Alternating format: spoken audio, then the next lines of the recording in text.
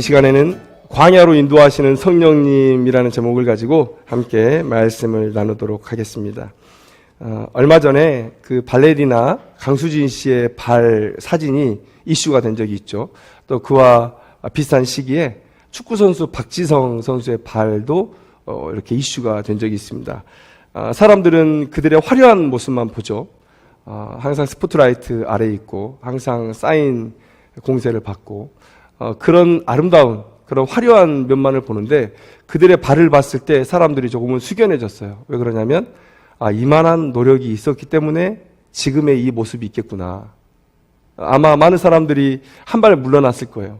나도 저거 할 수 있는데 하다가 그만한 노력의 대가를 보고 난 이후에 이것은 강수진 씨가 할 수 있구나. 이것은 박지성 선수가 할 수 있구나. 라고 아마 한 발 물러나게 되었을 것입니다.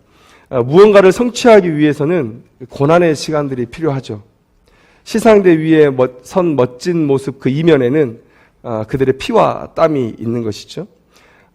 옛날 우리 대학교 입학 시험 갈 때 이렇게 손잡고 부모님하고 같이 그 대학교 가서 이렇게 명단을 확인하는 그런 장면들을 이렇게 TV 뉴스에서 좀 보곤 했는데, 그런 환호, 거기서 막 환호하잖아요.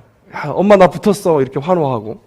그런 환호가 있기 위해서는 그 사람들의 이면에 피와 땀이 반드시 있다는 것이죠. 성경에는 그런 노고의 장소로 광야, 오늘 성경 말씀에 빈들이라고 기록되어 있는데 그 광야가 우리에게 제시되고 있습니다.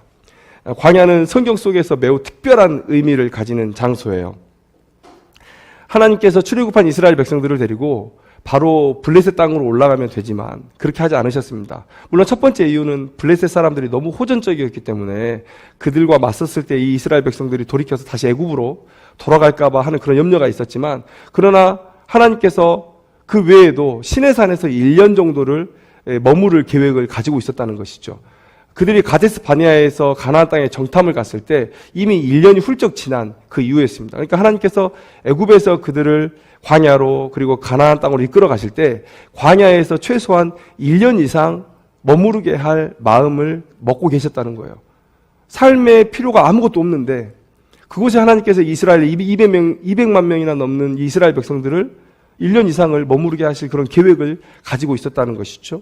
그리고 우리 다윗은 어떻습니까? 다윗은 사울을 피해서 광야로 나아가죠.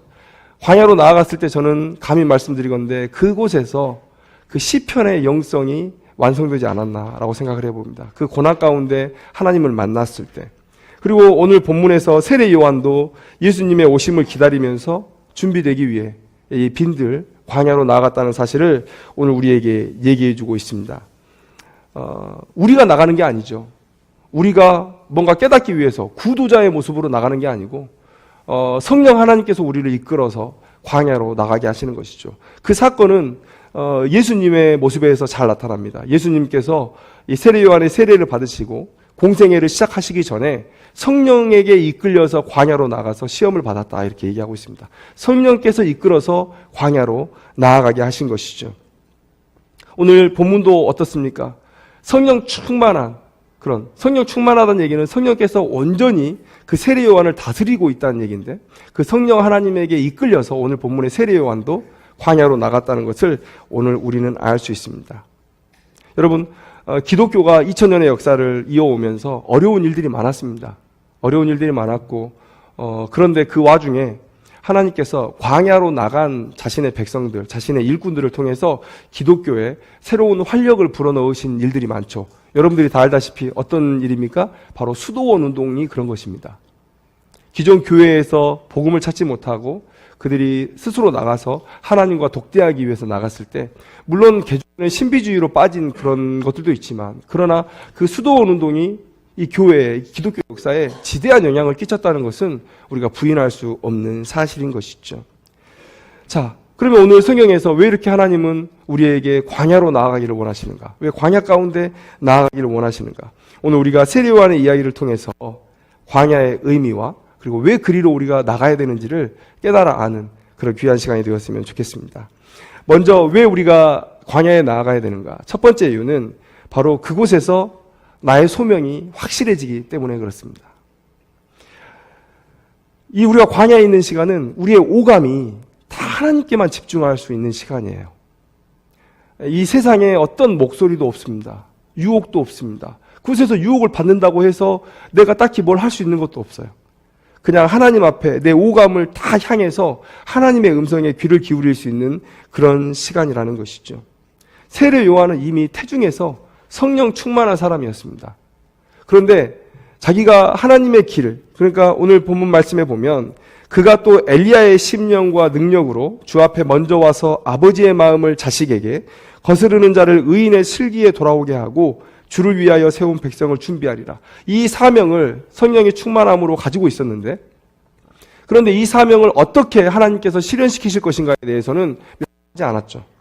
성령 하나님께 이끌림을 받아서 그가 이 광야로 나아가는 것을 우리가 볼 수가 있습니다. 어린 나이에 광야로 나아갔다. 물론 우리가 일반적으로 할 수 있는 일은 아니에요. 내 자식을 그냥 광야로 내보낸다? 쉽지 않은 결정입니다. 그러나 사가랴도, 세례 요한의 아버지 사가랴도, 그리고 엘리사벳도, 그리고 세례 요한도 다 알고 있었어요. 이 아이는 메시아를 위해서 부름받은 사람이다. 그러니까 하나님의 명확한 사명을 받았기 때문에 이 세례 요한이 빈들에 나가서도 분명히 하나님께서 살리실 것이다, 그리고 가르치실 것이다 라는 그런 확신이 있었던 것이죠. 그래서 아주 특별하게 이 세례 요한은 그 빈들로 나아갈 수가 있었다는 것입니다. 그리고 이 어린 아이의 시절에 빈들에 나가서 오감을 모두 다 하나님 앞에 집중하고 그 하나님의 뜻을 알려고 노력했어요. 하나님의 음성을 들으려고 노력했어요. 또 하나님께 듣고 배우려고 노력했다는 것이죠. 여러분, 세례 요한이 이스라엘 가운데 등장하는 모습을 한번 보십시오. 어떻습니까? 그는 그 시대의 종교 지도자들과 완전히 다른 얘기를 하고 있었어요. 다른 방법의 접근을 하고 있었다는 것이죠. 그리고 그 시대의 종교 지도자들에게 독사의 자식들아라고 이렇게 말할 수 있었어요. 어떻게 이게 가능했습니까? 바로 광야에서 하나님의 눈으로 그 세상을 바라볼 수 있는 그런 기회를 가졌기 때문에, 그래서 가능했다는 것이죠. 그 시대의 종교 지도자들은 타락했어요. 그래서 오직 자신의 배를 위해서 일합니다. 내가 더 높아지고 더 많은 것을 누리고 내가 많은 것을 품고, 이런 것들을 위해서 성전을 이용하고 율법을 이용하고 백성들을 이용했던 사람들이었어요. 그런데 그 안에서 똑같이 세례 요한이 그 안에 남아서 같이 율법을 공부하고 신학을 공부했다면 어떤 메시지를 전할 수 있었겠습니까? 그런데 그때 하나님께서는 그곳에 배울 것이 없고 이제 내게 들으라 라고 그를 광야로 불러내셨고, 하나님께서 직접 그에게 말씀하시는 시간을 가지셨다는 것이죠. 세례 요한을 멈추게 하신 거예요. 그래서 하나님의 눈으로 세상을 바라보게 하셨던 거예요. 그래서 세상의 학문은, 또 세상의 신학은, 세상이 신앙하는 방법은, 또 선한 목자여야 하는 이 종교 지도자들의 현재 모습은 어떤 것인지를 하나님께서 세례 요한에게 보여주셨어요. 그리고 세례 요한에게 너의 역할은 무엇인지, 네가 어느 자리에 있어야 되는지를 하나님께서 말씀해 주셨다는 것이죠. 그 소명을 붙들고 나온 거예요. 여러분, 신학을 공부하고 또 이런 믿는 자들의 무리 안에 있으면서 문득문득 드는 생각, 두려운 생각, 무서운 생각은 뭐냐면, 영적인 일을 하면서도 영적인 것과 무관할 수 있구나, 영적인 것에 매우 둔감할 수 있구나라는 것을 우리가 느낀다는 거예요. 여러분, 물에 사는 물고기가 물을 못 느끼는 것처럼, 우리가 공기를 못 느끼는 것처럼, 여러분, 우리가 영적인 일을 하고 교회 안에 있으면서 영적인 일과 무관하게 살아갈 수 있고, 영적인 일에 매우 둔감할 수 있고, 하나님의 기쁨과 영광과 전혀 상관없이 살아갈 수 있다는 것, 오늘 우리가 이 시간 기억하셔야 돼요. 그래서 하나님께서 그 사람을 특별히 광야로 이끌어내셔서 그에게 하나님의 말씀, 하나님의 생각을 알려주신 거예요. 내가 지금 이 이스라엘을 어떻게 보고 있는지, 그리고 너는 그곳에 가서 무슨 일을 해야 되는지, 그 시간을 하나님께서 갖게 했다는 것이죠. 여러분, 열심히 하는 것보다 더 중요한 것, 방향입니다. 방향. 배가 바다에 이렇게 조난을 당했는데, 내가 혼자 살아보겠다고 열심히 노를 저었는데 그 방향이 육지 쪽이 아니라 바다 쪽이라면, 여러분, 차라리 노를 젓지 않고 그 자리에 가만히 누워 있었던 게 더 나았을지 모르겠어요. 에너지도 덜 쓰고 좀 더 오래 생존할 수 있었을 거예요. 좀 더 구조대에게 발견이 빨랐을 거예요. 방향이 중요합니다. 여러분, 지금 알고 있는 걸 그때도 알았더라면, 뭐 이런 책들, 뭐 인생 수업 이런 책들 우리가 읽어보면 어떻습니까? 꼭 후회해요. 다 지나서 돌이킬 수 없을 때 후회해요. 죽음의 침상에 누워서 내가 왜 인생을 이렇게 보냈을까? 꼭 돌이킬 수 없을 때 후회해요. 우리는 우리에게 어떤 에너지가 남아있으면 그 에너지를 다 짜가지고 나를 위해 쓰는 사람이죠. 그리고 나서 이제는 짜고 짤 수 없어서 이제 내 육신에서 아무것도 생체 에너지가 나올 수 없을 때 그때서야 비로소 후회해요. 왜요? 그때 이제 저 세상이 보이니까. 방향이 중요합니다. 방향. 하나님께서 그 방향을 세례요한에게 알려주기 위해서 그를 광야로 부르셨어요. 광야 속에서 물질의 자유한 메뚜기와 석청으로 만족할 수 있는 그런 세례요한을 만드셨습니다. 하나님께서 그렇게 만드셨어요. 또 하나님의 말씀을 직접 듣고 논리로 무장한 저 유대인들에게 가서 맞설 수 있는 신학을 하나님께서 준비해 주셨다는 것이죠. 어떻게 이런 담대한 사역을 할 수 있었겠습니까? 내가 가진 말씀이 하나님의 말씀이라는 확신이 있었기 때문에, 내가 하나님의 말씀을 받아서 이 자리에 있다는 그런 확신이 있었기 때문에 담대하게 그 이스라엘의 종교 지도자들과 맞설 수 있었다는 것이죠. 여러분, 이 세례 요한처럼, 그리고 이스라엘 백성들의 광야의 시간처럼, 그리고 요셉의 고난의 시간처럼 우리 또한 광야의 시간을 맞이해야 합니다. 성령님께서 우리를 광야로 분명히 인도하셔요. 인도하시는데 그때 오늘 우리가 말씀드렸던 마음의 좋은 바, 순종하는 마음으로 하나님, 네, 따라가겠습니다 라는 마음으로 그 자리를 따라 나서야 합니다. 하나님의 일꾼 되기 위해서는 반드시 그 시간이 필요해요. 광야의 시간 없이 하나님의 일꾼 된 사람은 없습니다. 오늘 이 시간 우리가 하나님 앞에 순종하는 마음으로 하나님께서 나를 광야로 부르실 때에 따라 나아갈 수 있는 그런 마음이 우리 가운데 필요한 것이죠.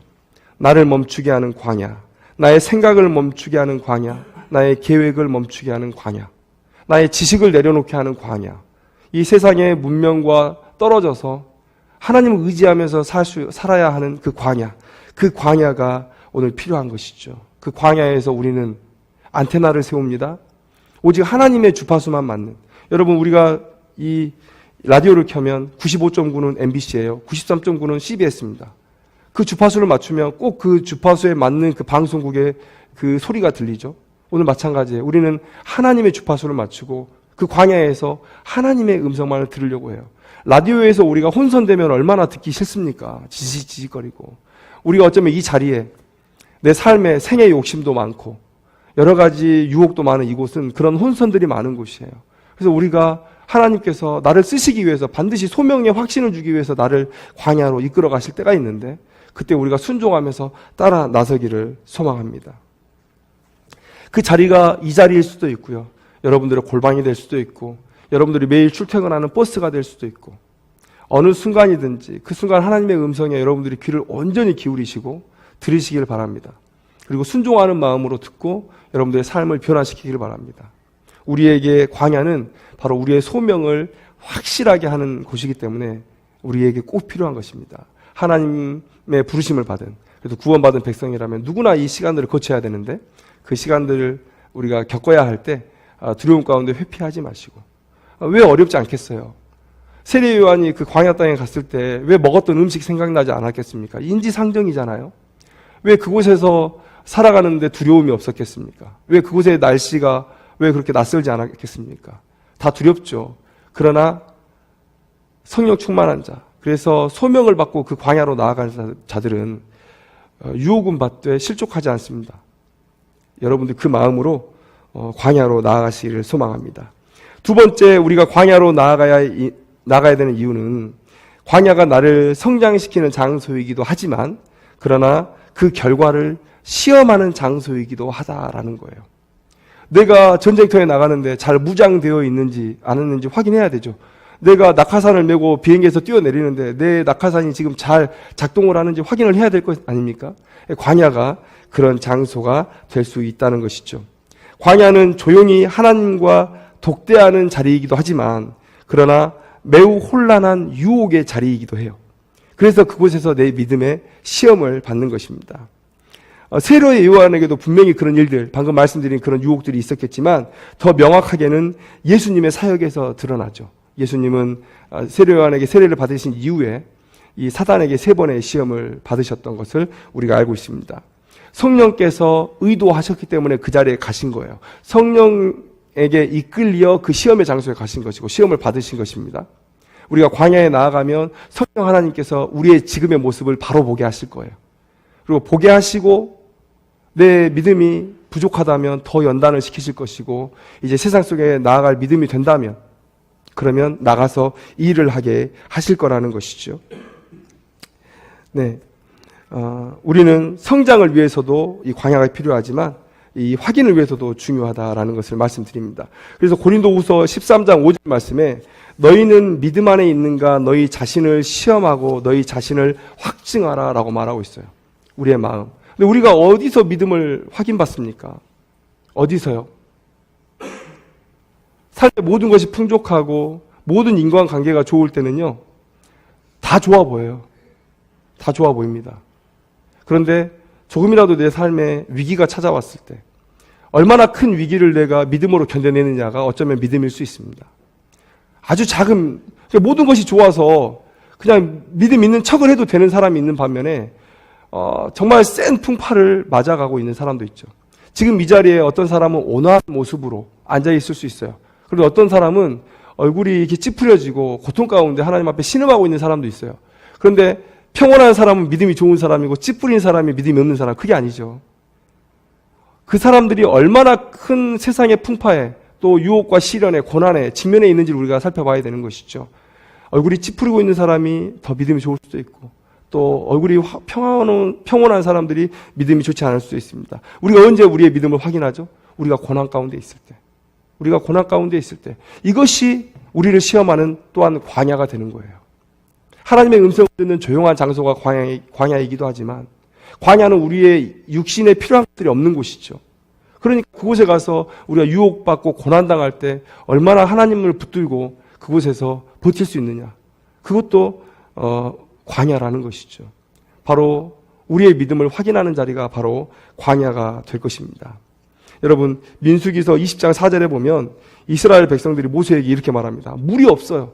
물이 없으니까 너희가 어찌하여 우리를 광야로 인도하여 다 죽게 하느냐. 이렇게 얘기하고 있어요. 아니, 물이 있고 만나 주어지고 그런 삶 속에서 무슨 불평이 있겠어요? 그런데 물 하나 딱 없어졌어요. 계속 없는 것도 아니에요. 잠깐 목을 축일 수 없었던 것 뿐이에요. 그런데 그 시간들을 견디지 못하고 바로 직전에 모세에게 반역해서 그렇게 큰 심판을 받았음에도 불구하고 모세에게 다시 따지는 거예요. 차라리 우리가 하나님이 그 이전에 하나님 앞에 불순종해서 사람들 죽을 때 그때 우리도 같이 죽었으면 좋았을 뻔했다. 이런 모욕적인 신성 모독적인 발언을 하는 거예요. 여러분, 이렇게 우리에게 작은 부족함, 결핍, 궁핍 이런 것들이 나타날 때 우리의 믿음들이 나타납니다. 작은 것들을 이겨내면 조금 더 큰 믿음일 수 있죠. 우리의 믿음이 그 시련 앞에서 그 광야에서 바로 드러난다는 것이죠. 우리가 그 사실을 기억해야 되는 것이에요. 우리에게 모든 것이 내 마음대로 되어지는 그런 나의 집, 나의 가족이 있어요. 그렇죠? 항상 내가 만나고 싶은 친구들과만 만나고 내가 가고 싶은 곳에만 가고 싶은 자유가 있어요. 그런데 우리가 예수님 믿고 사명자가 돼서 부르심을 받고 살게 되면 이렇게 살아지나요? 내가 꼭 원하는 곳에만 하나님께서 보내시나요? 내가 기분 좋은 곳에만 하나님께서 보내시나요? 아니요. 어떤 사람은 갑자기 하나님 앞에 헌신하고 선교지로 나가기도 하고요. 어떤 사람은 평신도로서 또 자기의 사명지를 찾아서 또 나아가는 그런 사람들도 있죠. 내가 원하지 않는 곳에 하나님께서 나를 데려다 놓으실 수도 있어요. 그런데 그때 우리가 아멘, 예 주님, 우리가 그 뜻에 순종하겠습니다 라고 나아갈 수 있습니까? 그것이 우리의 믿음이라는 것이죠. 근데 우리의 믿음이 아직 드러나지 않았을 수 있어요. 이곳에 앉아 있을 때는 다 믿음이 좋은 거죠.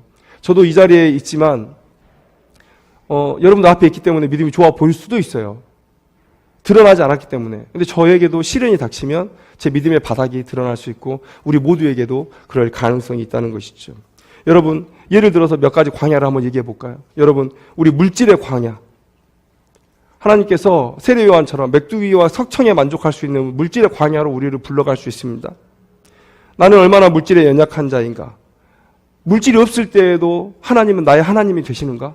이것을 하나님께서 확인하려고 하실 거예요. 또 여러분, 감정의 광야, 관계의 광야도 있을 수 있어요. 너무 사람이 나를 힘들게 한다. 너무 어렵다. 내 기분대로 되어지는 게 아무것도 없다. 그런데 여러분, 이런 상황 속에서도 하나님은 나의 하나님일 수 있겠는가? 네 감정이, 네 자존심이 무너진 그 순간에도 나는 너의 하나님이겠느냐? 라고 하나님께서 물으시는 것이죠. 이런 광야로 하나님께서 이끌어 가실 때 우리가 순종하고 그 길을 가야 되는 거죠. 순종하고 그 길을 가야 되는 것이죠. 성령께 순종하면서 광야로 나아간 자들은 아까도 말씀드렸지만 그 과정 속에서 유혹받지 않습니다. 그리고 설령 유혹을 받더라도 중심을 잃지 않기 때문에 실족하지 않습니다.